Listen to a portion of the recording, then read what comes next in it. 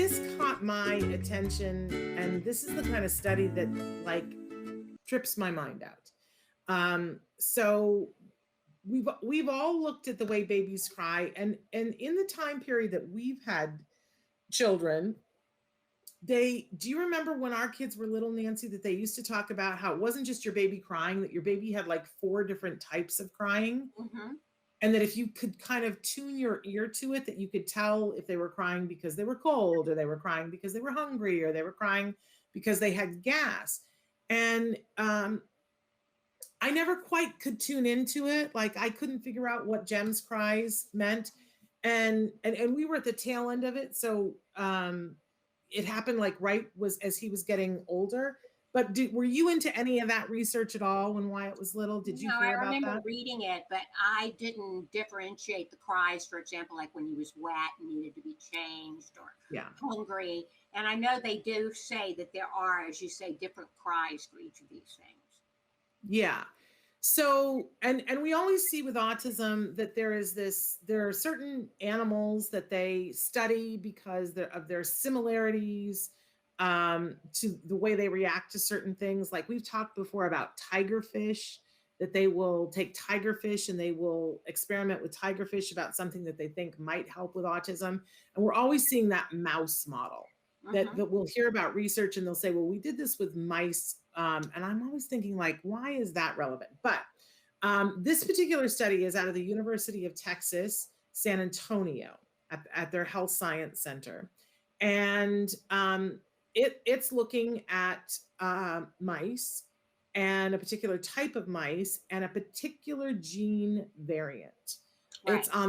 It's a chromosome 16, and what they know, and I'm sorry, my volume is so down that I can barely hear you, so that's why I'm just interrupting you constantly. I'm going to turn it up just a little. You're doing fine. So they're looking at this chromosome 16 in human children, and they're seeing that 1/5 of the babies that have this, in human babies, have this gene issue on chromosome 16, that 1/5 of those kids will end up being diagnosed with autism by the age of 3. Okay, well, that's interesting to begin with.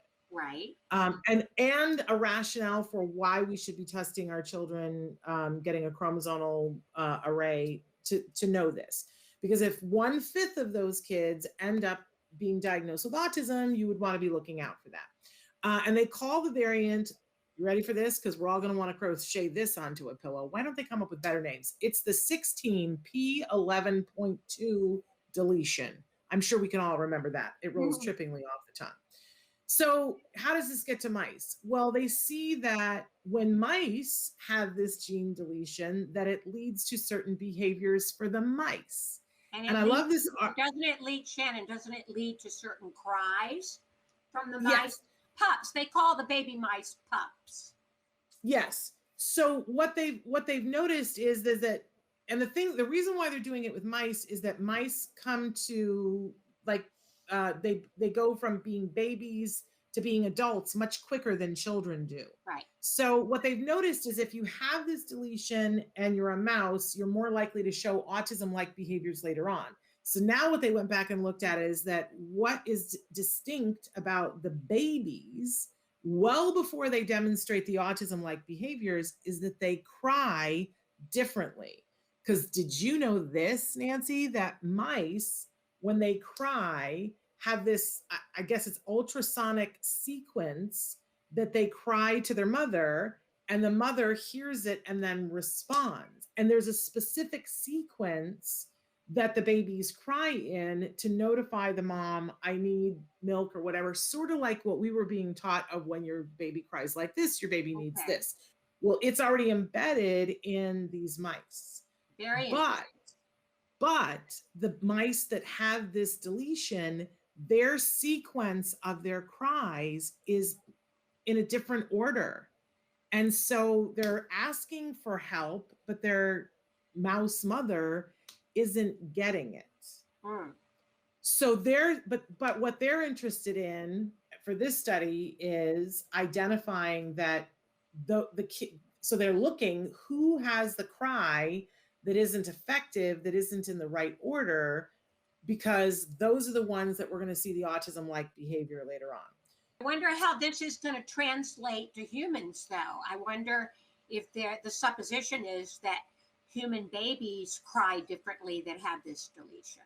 Well, this is now what they're going to look at next to see, because they've already shown that very small children have micro movements, like there's a sequence of movements that babies make, and that some kids don't do them in the same order that other kids do, and that they're more likely to show signs of autism. So maybe this is all a part of it. Maybe they're going to discover that part of the social thing, because if you think about it, this is the mouse being social.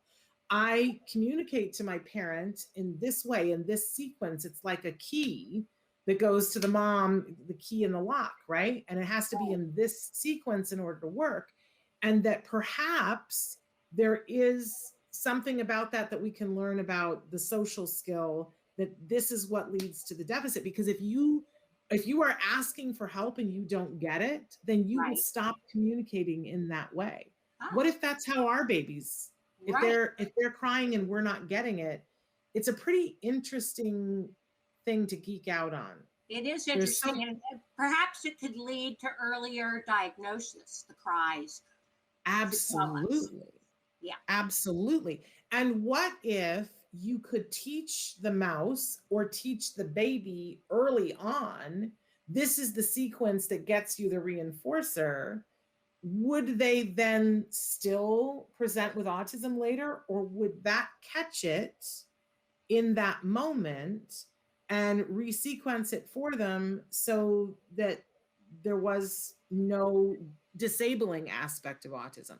I don't want to say no autism, because there are some aspects of autism that are incredible, right? And it's a difference, not, but there is a disabling aspect of some of these things. And if we could catch it before it's disabling and empower first the mouse, then the baby, to be able to communicate what they needed, would there be a disabling aspect?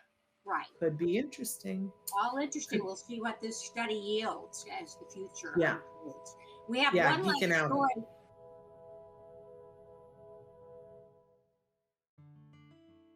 Thanks for watching Autism Live.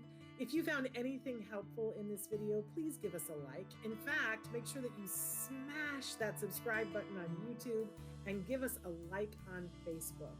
You can also follow us on Twitter and Instagram for important updates. And please download our free podcast wherever you get your podcasts. See you next time. Until then, give your kiddos a hug from me and one for you too. Bye-bye for now.